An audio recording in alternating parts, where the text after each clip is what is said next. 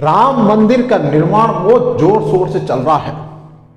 पूरे देश में उत्साह का माहौल है और 22 जनवरी को राम मंदिर में प्राण प्रतिष्ठा होगी। अब बहुत से स्टूडेंट पूछते सर, ये प्राण प्रतिष्ठा क्या होती है? क्या मूर्ति को बिना प्राण प्रतिष्ठा किए मंदिर में स्थापित नहीं कर सकते? तो इसका जवाब है बिल्कुल नहीं कर सकते। किसी भी मूर्ति की जब तक प्राण प्रतिष्ठा नहीं होती है ना, तब तक उस मूर्ति को पूजा नहीं जाता है। प्राण प्रतिष्ठा का अर्थ क्या होता है ये देखिए आप। प्राण का मतलब होता है जीवन शक्ति और प्रतिष्ठा का अर्थ होता है स्थापना।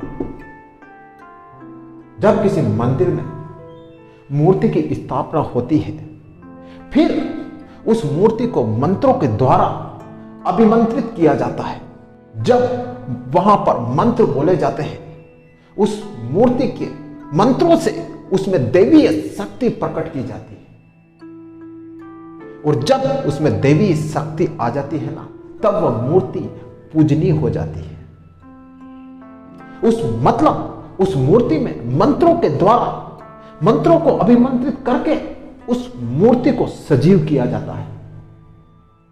प्राण प्रतिष्ठा मतलब उस मूर्ति में प्राण डाले जाते हैं।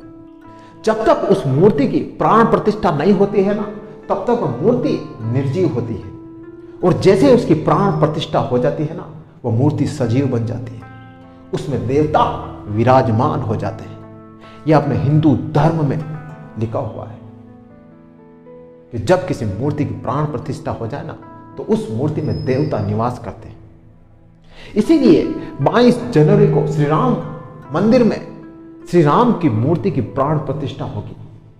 और आपको पता है कि मूर्तियों की प्राण प्रतिष्ठा क्यों की जाती है? अगर किसी मूर्ति को बिना प्राण प्रतिष्ठा किए हुए किसी मंदिर में बैठा दो ना, तो वह मूर्ति चमत्कारिक नहीं होती है। वह मूर्ति का कोई असर नहीं होता है, क्योंकि वह मूर्ति निर्जीव होती है। उस मूर्ति में कोई भी दैवीय शक्ति नहीं होती है।